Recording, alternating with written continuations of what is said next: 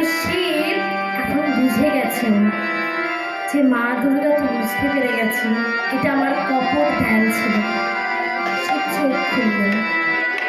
তখন দুর্গা তো রীতিমতো রেগে গেছে। আমার বাবা তো রাজামশাই, তিনি কতক্ষণ দাঁড়িয়ে থাকবেন? তারও তো কিছু সম্মান আছে নাকি? তুমি সে তখন থেকে ধ্যানে মগ্ন, এই কপট ধ্যান।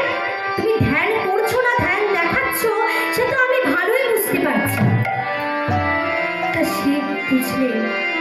শিব তখন বললেন যে যাও, তবে তুমি কিন্তু ওখানে বেশি দিন থেকো না। ওই সপ্তমী, অষ্টমী, নবমী, ষষ্ঠীর দিন আমরা কিন্তু প্রধান পুজো বলে মনে করি না।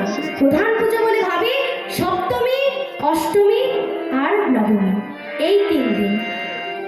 প্রাতরেব রাধা হয়ে দেবী, প্রাতরেব প্রবেশ হয়ে, প্রাতরেব সম্পর্কে, প্রাতরেব বিসর্জন।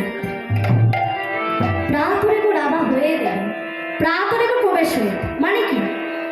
ষষ্ঠীর দিন সকালে দেবীকে বেল্য বৃক্ষ রূপে পুজো করা হয়। তা ওই যে আর 9টা গাছকে আমরা একত্রে নবপত্রিকা বা আমরা সাধারণত কলা বউ বলে থাকি।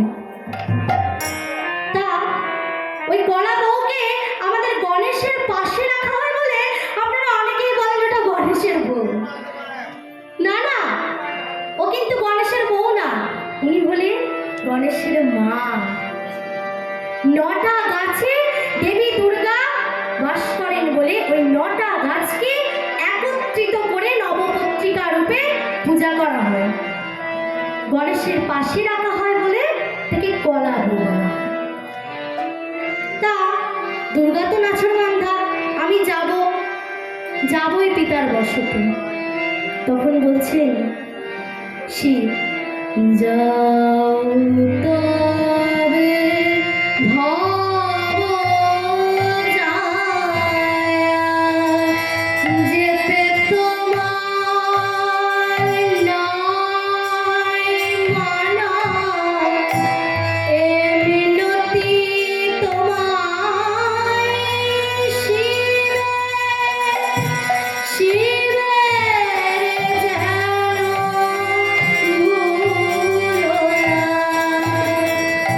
শিব ঠাকুর এটা কিন্তু গাইছেন, মুখ থেকে গাইছেন, মন থেকে কিন্তু বলছে না। তিনি মুখে বলছেন যাচ্ছ যাও, আবার চলে এসো, কিন্তু যাচ্ছ যাও, এরকম একটা ব্যাপার। তা তখন শিব ঠাকুর বলছে এটা খোলেন গান না। তা শিব ঠাকুর বলছেন যে যাচ্ছ যাও, যাও তবে ভব যায়, যেতে তোমার নাই মানা, এ মিনতি তোমায় শিবের যেন ভুলো না, শিবের যেন ভুলো না। দক্ষ চোখে যেতে মানা করে তোমার নাই মানা। তা দক্ষ রাজার মেয়ে ছিলে তুমি আগের জন্মে, সেটা তুমি জানো না, কিন্তু আমি কিন্তু জানি। আমার কতটা দুঃখ হয়েছিল, তোমার আমি যেতে বারণ করেছিলাম, তোমায় আমি বলেছিলাম ওগো দুর্গা, বাপের বাড়ি বিনা নিমন্ত্রণ যে যেতে নেই। তুমি চলে গেলে, রাজার মেয়ে, তুমি রাজার মেয়ে ছেও জেদি, তুমি চলে গেলে, আমার কথা শুনলে না। গেলে তোমার বাবা সেখানে সবার সামনে আমায় অপমান করবে, তুমি সেখানে দেহত্যাগ করবে। কিন্তু তখন আমার যে কতটা কষ্ট হয়েছিল, আমার যে কতটা আঘাত পেয়েছিলাম, আমি সেটা একমাত্র আমিই জানি।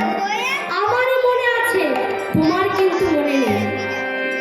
বলছি দুঃখ চোখে যেতে মানা করে তোমার নাই মানা, শিবের